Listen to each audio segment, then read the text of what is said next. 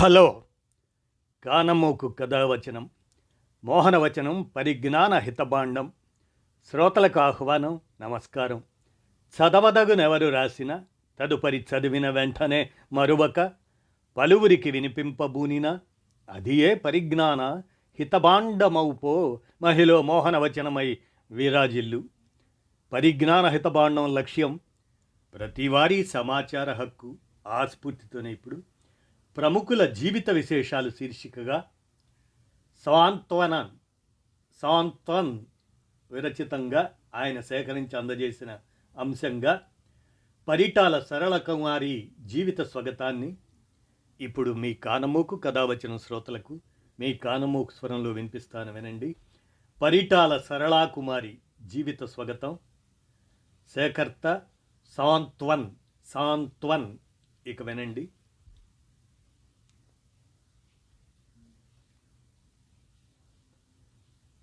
తెలుగు నేల మీద విరాజిల్లిన తొలితరం సామ్యవాద సంఘ సంస్కరణ ఉద్యమాలకు ప్రత్యక్ష సాక్షి పరిటాల సరళాకుమారి.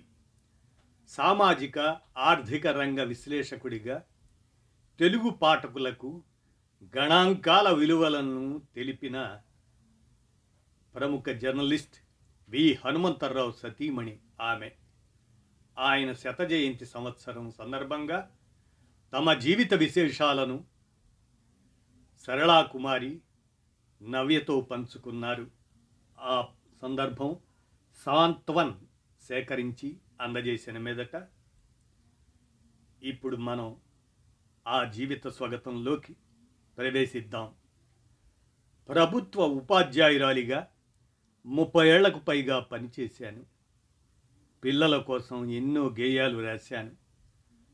నా విద్యార్థులు ఎంతోమంది డాక్టర్లుగా, లాయర్లుగా, ఇంజనీర్లుగా ఇలా వివిధ రంగాల్లో రాణిస్తున్నారు. అయినా ఒక టీచర్గా కన్నా ఒక నికార్సైన జర్నలిస్ట్ భార్యగా మరింత గర్వపడతాను. నా భర్త వి హనుమంతరావు మంచి పాత్రికేయుడు మాత్రమే కాదు, అంతకు మించి గొప్ప మానవతావాది. ఆయన ఔన్నత్యం గురించి చెప్పడానికి ముందుగా మా కుటుంబ నేపథ్యాన్ని ప్రస్తావించాలి. మా సొంత ఊరు కృష్ణా జిల్లా వెల్లిపాడు. నా చిన్నతనంలోనే మా నాన్న అనారోగ్యంతో మాకు దూరం అయ్యాడు. పులి మీద పుట్రలా నాకన్నా 10 ఏళ్ళు పెద్దదైన మా కృష్ణవేణి అక్క భర్తను పోగొట్టుకొని పుట్టింటికి చేరింది. దాంతో మా అమ్మ పరిటాల అనంతమ్మ మమ్మల్ని వెంట పెట్టుకొని నూజివీడు దగ్గర గొల్లపల్లిలోని తన తోబుట్టు ఇంటికి చేరింది. అప్పటికే మా పెద్దమ్మ కొడుకు పొట్లూరి రాఘవయ్య భారత కమ్యూనిస్ట్ పార్టీ కార్యకర్త కావటంతో మాకు సామ్యవాదం పరిచయం అయింది. కమ్యూనిస్ట్ పార్టీ మీద నిషేధాజ్ఞలు కొనసాగుతున్న సమయంలో బాల కొరియర్గా అజ్ఞాతంలో ఉన్న కొండపల్లి సీతారామయ్య, చెండ్ర రాజేశ్వరరావు తదితర నాయకులకు సమాచారాన్ని బట్వాడా చేయటం, కరపత్రాలు పంచడం లాంటి పనుల్లో చురుగ్గా పాల్గొన్నాను. ఆనాటి కమ్యూనిస్టులు దోపిడీ వ్యతిరేక పోరాటానికే పరిమితం కాకుండా సంఘ సంస్కరణ బాధ్యతను నెత్తికెత్తుకున్నారు. కందుకూరి వీరేశలింగం, గురజాడ అప్పారావు లాంటి సంఘ సంస్కర్తల వారసత్వాన్ని కొనసాగించారు. ఇది 1945 నాటి సంగతి. వితంతువైన మా అక్కకు మళ్ళీ పెళ్లి చేయాలని అన్నయ్య పట్టుబట్టి ఇంట్లో వాళ్లను ఒప్పించి తన ఉద్యమ సహచరుడు తమ్మారెడ్డి గోపాలకృష్ణమూర్తితో అక్క కృష్ణవేణి పెళ్లి జరిపించాడు. కమ్యూనిస్టు పార్టీని బలోపేతం చేయడానికి మా బావ ఊరూరు తిరుగుతుండటంతో అక్కకు తోడుగా వారి వెంట మేము నడిచాము.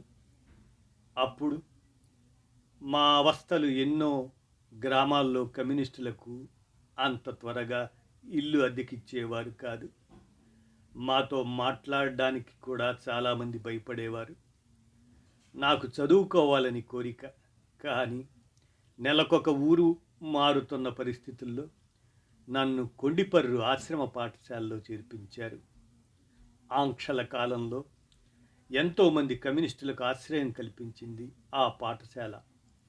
అక్కడే నేను హిందీ విశారద కోర్సు పూర్తి చేశాను. సాహిత్య పఠనాన్ని పరిచయం చేశారు. అవన్నీ నన్ను తర్వాత కాలంలో హిందీ పండితురాలిగా, తెలుగు గేయ రచయిత్రిగా మలిచాయి. కమ్యూనిస్ట్ పార్టీ సభ్యుడు అట్లూరి చలపతిరావుతో నాకు మొదట వివాహం అయింది. అది సాఫీగా సాగుతున్నా నా జీవితంలో పెద్ద కుదుపు. తెలంగాణ సాయుధ పోరాటంలో పాల్గొన్న ఆయన్ను ఒకరోజు పోలీసులు అరెస్టు చేశారు. మిగతా దళ సభ్యుల జాడ చెప్పమని చిత్రహింసలు పెట్టారు. అయినా ఆయన నోరు విప్పడం లేదు. దాంతో విసిగిపోయిన పోలీసులు చలపతిరావును తుపాకీతో కాల్చి చంపారు. అదే అతను కనుక ఆ రోజు నోరు విప్పితే 40 మందికి పైగా ఉద్యమకారులు ప్రాణాలు గాల్లో కలిసేవి. అది ఆనాటి ఉమ్మడి కమ్యూనిస్ట్ పార్టీ సభ్యుల నిబద్ధత, త్యాగం. అప్పటికి మాకు పెళ్ళయి 20 రోజులే. చలపతిరావు చనిపోయాక నేను మళ్ళీ పెళ్లి చేసుకోవాలనుకోలేదు. మా బావ మీద ఆంధ్రాలో పోలీసుల నిఘా పెరగటంతో కుటుంబమంతా మద్రాసు చేరాం. తిరిగి చదువు కొనసాగించాను. హిందీలో ప్రవీణ కోర్సుతో పాటు బిఈడి పూర్తి చేశాను. 4 ఏళ్ల తర్వాత మళ్ళీ పెళ్లి చేసుకోవాలని ఇంట్లో వారంతా నాకు నచ్చజెప్పారు. అప్పుడు మద్రాసులో విశాలాంధ్ర విలేకరిగా ఉన్న పరుచూరి హనుమంతరావు, ప్రగతి ప్రింటర్స్ అధినేత వారు, ఢిల్లీలో రిపోర్టర్గా పనిచేస్తున్న వి హనుమంతరావు అయితే సరళకు తగిన వ్యక్తి అని మా బావకు చెప్పారు. అలా 1954లో అత్యంత నిరాడంబరంగా హేతువాది తాపీ ధర్మారావు గారి చేతుల మీదుగా దండల మార్పిడి పద్ధతిలో మా వివాహం జరిగింది. పైగా మాది కులాంతర సంస్కరణవాద వివాహం. ఆయన పూర్తి సంప్రదాయ కుటుంబంలో పుట్టిన త్యాగస్థాలకు అతీతంగా జీవించారు. సమాజం కోసం సర్వస్వాన్ని త్యాగం చేసిన అమరవీరులంటే ఎంతో ఆరాధనాభావం ఆయనకు. ఆ గౌరవంతోనే నా మొదటి భర్త చలపతిరావు పేరును మా అబ్బాయికి పెట్టారు. ఇదొక్కటి చాలదా హనుమంతరావు గారి ఔన్నత్యం అర్థం చేసుకోవటానికి? మొట్టమొదటి పార్లమెంటు సమావేశాలను రిపోర్టు చేసిన తొలి తెలుగు వ్యక్తి హనుమంతరావు గారే. తద్వారా నెహ్రూ, శ్యాంప్రసాద్ ముఖర్జీ, ఆచార్య కృపలాని, రామ్ మనోహర్ లోహియా, ఏకే గోపాలన్, భూపేష్ గుప్తా లాంటి తొలితరం నేతల ప్రసంగాలను తెలుగువారికి అందించారు ఈయన. తరువాత విమానవాహక నౌక విక్రాంతిలో ప్రయాణించి బంగ్లాదేశ్ యుద్ధ వార్తలు రిపోర్టు చేశారు. డేటా న్యూస్ ఫీచర్స్ సంస్థ నెలకొల్పి సామాజిక ఆర్థిక రంగాలకు సంబంధించిన అంశాలపై కొన్ని వందల వ్యాసాలు రాశారు. కొన్ని సంవత్సరాలకు సంబంధించిన కేంద్ర రాష్ట్ర బడ్జెట్ కేటాయింపులు, గణాంకాలు ఆయన నోటిలో ఎల్లప్పుడూ ఆడుతూ ఉండేవి. ఒక్కోసారి వారి జ్ఞాపక శక్తి చూసి నాకే ఆశ్చర్యం వేసేది. చివరి వరకు రాస్తూ ఉండాలి అనుకున్నారు. అలాగనే 2016 డిసెంబర్ 13న చనిపోవడానికి ముందు రోజు కూడా ఒక వ్యాసం రాశారు. విలువైన సమాచారంతో డేటా ఆంధ్రప్రదేశ్, ఏపీ ఎట్ 50 అలాంటి పుస్తకాలు తీసుకొచ్చారు. వీక్షణం వ్యవస్థాపక సంపాదకుడిగా, ఎకనమిక్ టైమ్స్లో వ్యాసకర్తగా ఒకటా రెండా ఆయన నిర్వర్తించిన బాధ్యతలు ఎన్నో. హనుమంతరావు గారి విద్వత్తును చూసి చాలామంది ఆయన్ను ప్రొఫెసర్ అని సంబోధించిన సందర్భాలు ఉన్నాయి. కానీ ఆయన చదువుకున్నది ఎస్ఎస్ఎల్సీ మాత్రమే. నిరంతర అధ్యయనమే హనుమంతరావును ఉత్తమ జర్నలిస్టుల్లో ఒకరిగా నిలిపింది. అని అనడంలో సందేహం లేదు. ఇప్పుడు నా వయస్సు 89 ఏండ్లు. ప్రస్తుతం మా రెండవ అబ్బాయి సతీష్ బాబు దగ్గర ఉంటున్నాను. బీపీ, షుగర్ లాంటి ఆరోగ్య సమస్యలంటూ ఏమీ లేవు. నా పనులు నేను చేసుకోగలుగుతున్నాను. ఉద్యోగ విరమణ పొంది కూడా 30 ఏళ్ళు దాటింది. పిల్లల కోసం మన స్వాతంత్ర సమరయోధుల జీవిత గాథలు, పర్యాటక ప్రదేశాలు ఇతివృత్తంగా తెలుగులో గేయాలు రాశాను.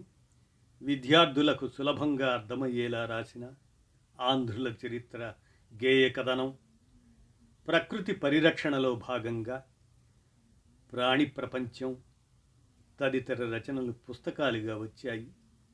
నా భర్త వి హనుమంతరావుకు దామోదరం సంజీవయ్య, వైఎస్ రాజశేఖర రెడ్డి లాంటి ముఖ్యమంత్రులతో పరిచయాలున్నా వ్యక్తిగత అవసరానికి వాటిని ఎన్నడూ ఉపయోగించలేదు. ఇది ఆయన 100వ జయంతి సంవత్సరం. ఈ సందర్భంగా నిరంతరం అణగారిన వర్గాల సంక్షేమం కోసం పరితపించిన హనుమంతరావు పాత్రికేయ వృత్తి, వ్యక్తిగత జీవితం మీద సమాజంలో చర్చ జరగాలన్నది నా అభిలాష. హనుమంతరావు గారికి సుందరయ్యతో అనుబంధం. టైపింగ్, షార్ట్ హ్యాండ్ మీద పట్టు ఉన్నది హనుమంతరావు గారికి. రెండో ప్రపంచ యుద్ధ సమయంలో మిలిటరీ నేవీలో స్టెనోగ్రాఫర్గా ఉద్యోగంలో చేరారు హనుమంతరావు గారు. ఆయన సొంత ఊరు తూర్పుగోదావరి జిల్లా మండపేట. సమాజం పట్ల ఆనాటి కమ్యూనిస్టులకున్న ఆర్తిని చూసి హనుమంతరావు ప్రభావితమయ్యారు. పుచ్చలపల్లి సుందరయ్య గారికి టైపింగ్, షార్ట్ హ్యాండ్ వచ్చిన వారి అవసరం ఉందని తెలిసి నెలకు 100 రూపాయల జీతం వచ్చే ప్రభుత్వ కొలువును వదిలేసి విశాలాంధ్ర విలేకరిగా కలం పట్టారు హనుమంతరావు. సుందరయ్య గారు రాసిన విశాలాంధ్రలో ప్రజారాజ్యం పుస్తక రచన 10 రోజుల్లో పూర్తి కావటానికి హనుమంతరావు గారు ఎంతో తోడ్పడ్డారు. మా అమ్మ ఊరిలో తనకున్న కొద్దిపాటి భూమి అమ్మేసి ఆ రోజుల్లో ఆ డబ్బుతో అమీర్పేట నాగార్జున నగర్లో మాకు స్థలం కొని ఇచ్చింది. నా ఉద్యోగం మీద రుణంతో ఇల్లు కట్టుకున్నాం. జర్నలిస్టులకు ప్రభుత్వం ఇంటి స్థలం కేటాయిస్తూ హనుమంతరావుకు కూడా జర్నలిస్ట్ కాలనీలో స్థలం మంజూరు చేసింది. నాకు సొంత ఇల్లు ఉంది కనుక స్థలం అవసరం లేదు అని అది తీసుకోలేదు హనుమంతరావు గారు. ఇది హనుమంతరావు నిజాయితీ. ఆయన ప్రేరణతో నా ఉద్యోగ విరమణ సమయంలో వచ్చిన సొమ్ములో దాని నుంచి ఒక 50,000 మహిళా జర్నలిస్టుల ఫౌండేషన్కు విరాళంగా ఇచ్చాం అని అంటూ తెలుగు నేల మీద విరాజిల్లిన తొలితరం సామ్యవాద సంఘ సంస్కరణ ఉద్యమాలకు ప్రత్యక్ష సాక్షి అయిన పరిటాల సరళాకుమారి ఆమె జీవిత స్వగతాన్ని సాంత్వన్ ఆయన సేకరించి అందజేసిన మీదట మీ కానమోకు కథావచనం శ్రోతలకు మీ కానమోకు స్వరంలో ప్రముఖుల జీవిత విశేషాలు శీర్షికన పరిటాల సరళాకుమారి జీవిత స్వగతాన్ని వినిపించాను. విన్నారుగా. ధన్యవాదాలు.